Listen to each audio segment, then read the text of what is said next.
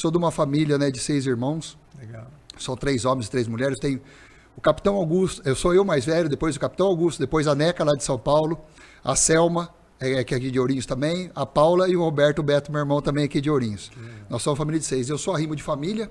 Eu perdi meu pai recente com 7 anos de idade. Meu pai morreu num trágico acidente. Eu estava morando em Ilha Solteira, nós fomos para Salto Grande, que nós íamos morar em Campinas. Meu pai tinha arrumado emprego, ele trabalhava na usina hidrelétrica lá. Meu pai era mestre de obras lá na usina, e ele sempre falava uma coisa importante, eu vou lembrar algumas coisas, pontuar. Meu pai falava assim: filho, eu quero que vocês estudem, porque ele fala assim, o pai sabe muito mais às vezes que as pessoas formadas, e o pai ganha muito menos. Meu pai falava isso.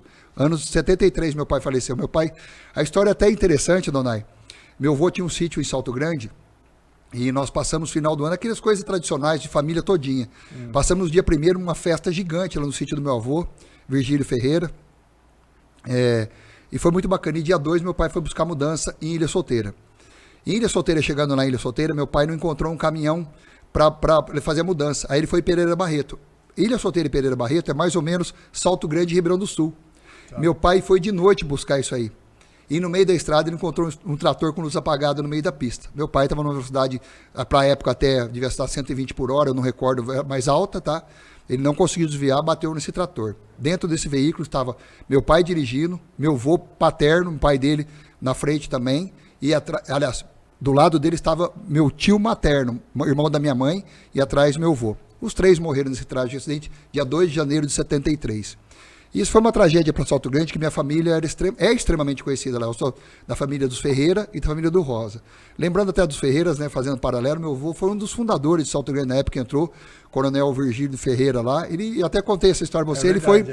Ele foi prefeito, olha para você a coincidência, em 1921. 100 anos depois, eu assumi em 2021. É interessante, é coincidência. Mas aí, assim, família pequena, minha mãe guerreira, minha mãe Dona Ana, todo mundo conhece, minha mãe tem um coração gigantesco.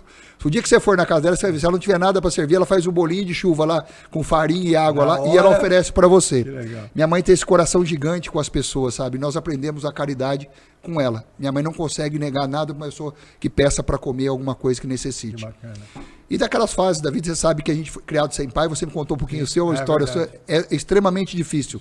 Imagina uma senhora viúva, com uma pensão muito pequena na época, eu não posso nem falar, meu pai deixou um seguro de vida bom, minha mãe conseguiu comprar uma casa na época, é a casa qual ela reside hoje, onde eu cresci, mas passamos por dificuldade. Até uma certa idade foi tranquilo, depois eu passei por dificuldade. Eu lembro bem, eu falo pro pessoal, e às vezes até me emociono, que eu lembrava que eu comia carne só quando eu ia na minha avó. Em casa não tinha carne. Eu cansei de comer ovo na minha vida e gosto até hoje, viu? Como muito ovo frito. E eu lembro, eu conto as histórias para todo mundo, que eu comia muito ovo frito e salada de mamão verde para parecer chuchu.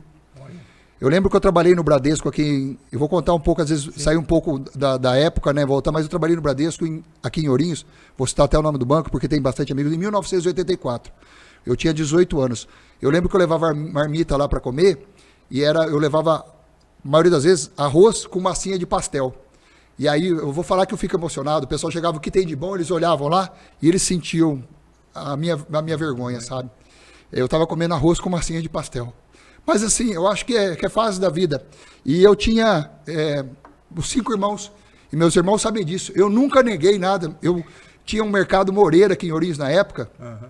Eu vinha, fazia compra de 6 carrinhos do meu irmão, o salário todinho, e colocava dentro de casa. Sabe, eu lembro que eu tinha uma noiva na época, e vou contar aí, eu falei que ia contar minha vida sem problema nenhum. A única diversão que eu tinha com ela era comer um lanche e tomar um refrigerante no mês com o meu salário, porque o resto dava tudo dentro de casa. Então, assim, a minha vida foi extremamente difícil, dona. E eu falei algumas coisas, quero deixar um beijo aqui, um amor fenomenal que eu tenho para meus filhos, no meu primeiro casamento, da Patrícia, a minha ex-mulher, extremamente companheira hoje. Uhum. A gente é amigo, a separação é uma coisa, os filhos é outra. Nunca deixamos de cuidar bem dos nossos filhos. Nossos filhos são aqueles, sabe, ponto de união. O Mário Júnior, né? Uhum. O Mário Júnior trabalha com marketing digital e a Marcele está fazendo biomedicina também. São meus amores, meu amor infinito da minha vida. Mas sempre falei para eles, Donai, que a vida da gente é uma montanha russa. Um dia a gente está em cima e um dia a gente está embaixo. Cabe a nós sermos capazes de superar esses momentos. Eu sempre falo, Donai, se a vida da gente fosse linear, que graça tinha. Se a gente tivesse só coisas boas, a gente não tinha razão de viver. Por isso o que difere as pessoas é a capacidade que ela tem de superar momentos difíceis. E eu posso falar que eu superei bastante momentos difíceis na minha vida. E assim, sou nascido e criado em Salto Grande. Eu até contei para você anterior que eu lembro o pessoal de Salto Verde se identificar um molecado, por favor, não façam isso.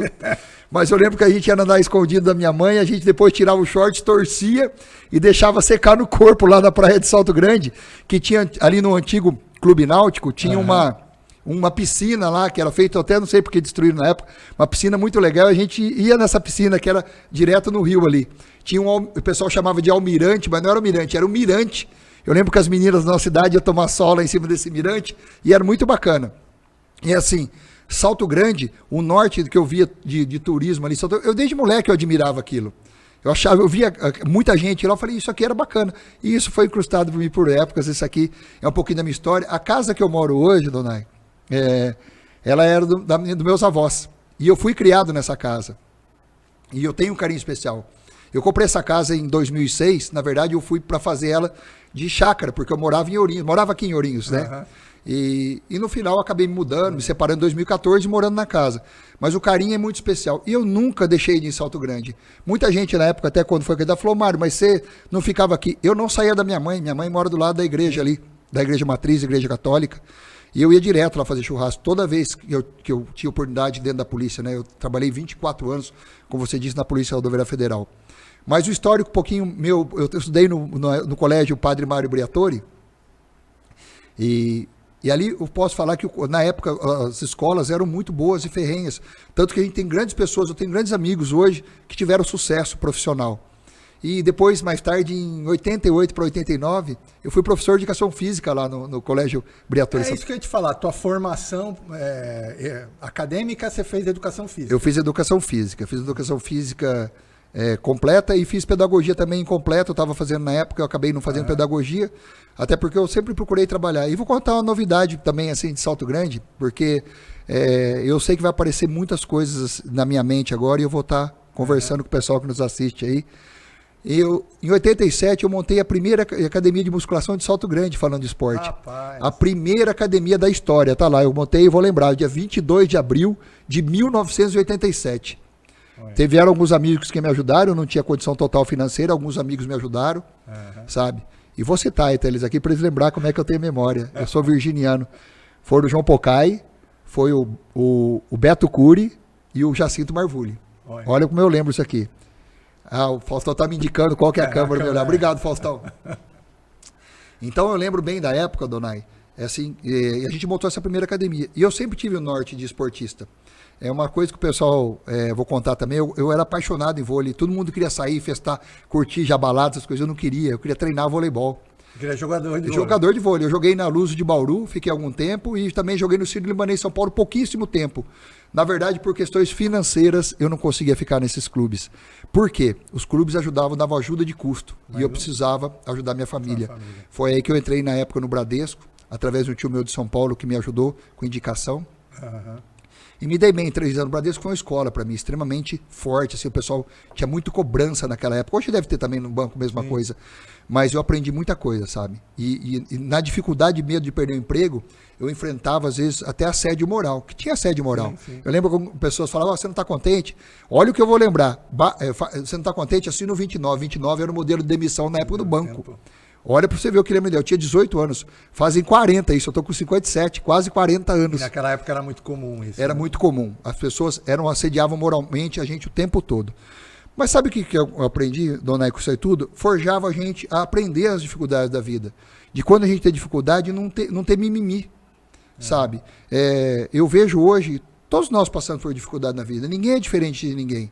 Tem o mais pobre até o mais rico. Rico também tem bastante problema. Só o dinheiro, a gente fala, dinheiro ajuda sim, traz felicidade, ajuda, momentos felizes, mas a felicidade tem muito mais né, além do dinheiro.